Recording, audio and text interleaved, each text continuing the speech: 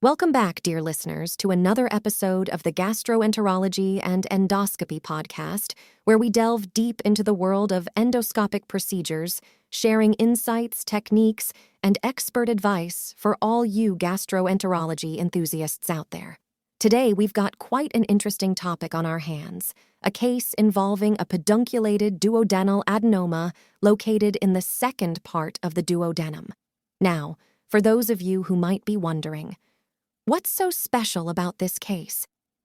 Well, these types of polyps present a unique challenge for endoscopists, and it's crucial to plan meticulously to ensure a successful and complication-free procedure.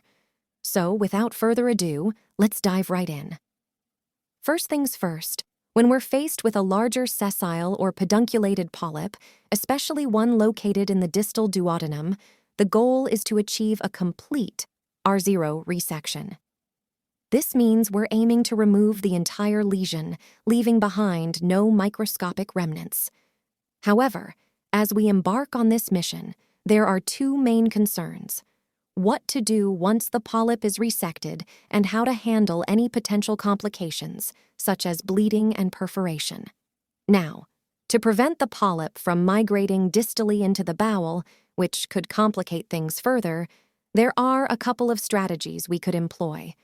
One is to place the patient in a decubitus supine position. Alternatively, we could use an antimotility agent like glucagon to temporarily slow down the bowel movements. Additionally, both the endoscopist and the assistant need to be on high alert, ready to catch the polyp with the snare once it's resected. Having a Roth net on standby is also a smart move, providing a quick and reliable way to catch the polyp if needed. A personal trick I like to use is attaching a distal transparent cap on the scope, performing the resection through it, and then suctioning part of the polyp into the cap for easy retrieval. Now, moving on to preventing complications. First and foremost, submucosal injection is your best friend. Ideally, you'd want to use a saline epinephrine mix at a ratio of 1/100,000.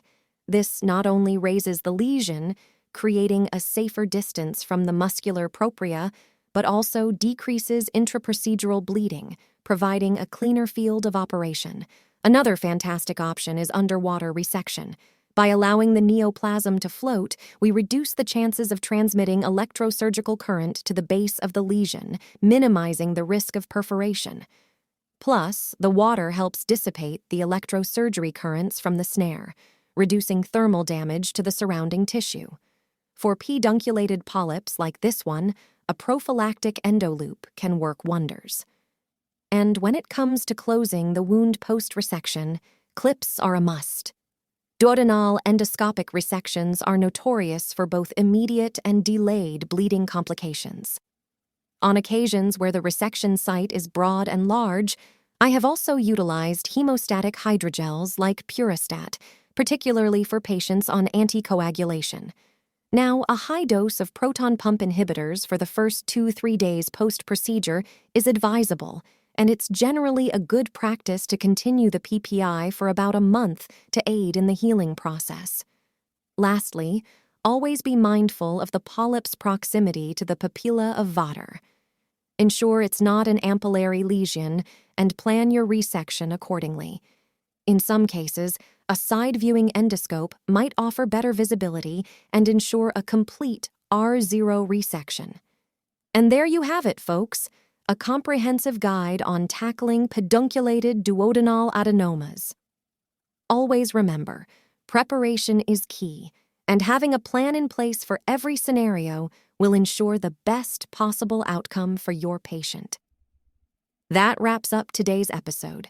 I hope you found this discussion insightful and helpful for your practice.